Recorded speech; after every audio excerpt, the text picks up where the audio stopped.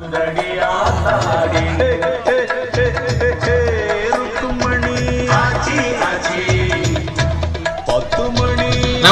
பொங்கலை முன்னிட்டு நம்ம ஊர் பெண்கள் அனைவரும் இந்த மாதிரி ஒரு ஆர்வத்துடன் நாங்க பார்த்ததே கிடையாது.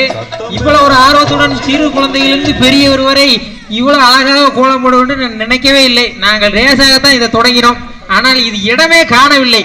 இன்னும் பஸ் ஸ்டாண்டு பிடிக்காதவர்களுக்கு பஸ் திரும்பாத காரணத்தினால் கொஞ்சம் கோலத்தை குறைத்து கொண்டோம். இல்லை என்றால் இன்னும் விரிவுபடுத்தியிருப்போம். சின்ன சின்ன குழந்தை கூட அழகாக கோலம் போடுகிறார்கள். யாரும் தெருவில் போட்டதை யாரும் ஒரு தெருவுக்கு 20 தெருவுக்கு போய் பார்ப்பதில் காரணத்தினால் அனைவரும் இங்கே போட இப்போதான் அவரோட அழகு தெரிகிறது. ஒவ்வொருத்தரோட கோலத்தை அழகு இங்கே பார்த்தா தான் தெரியுது.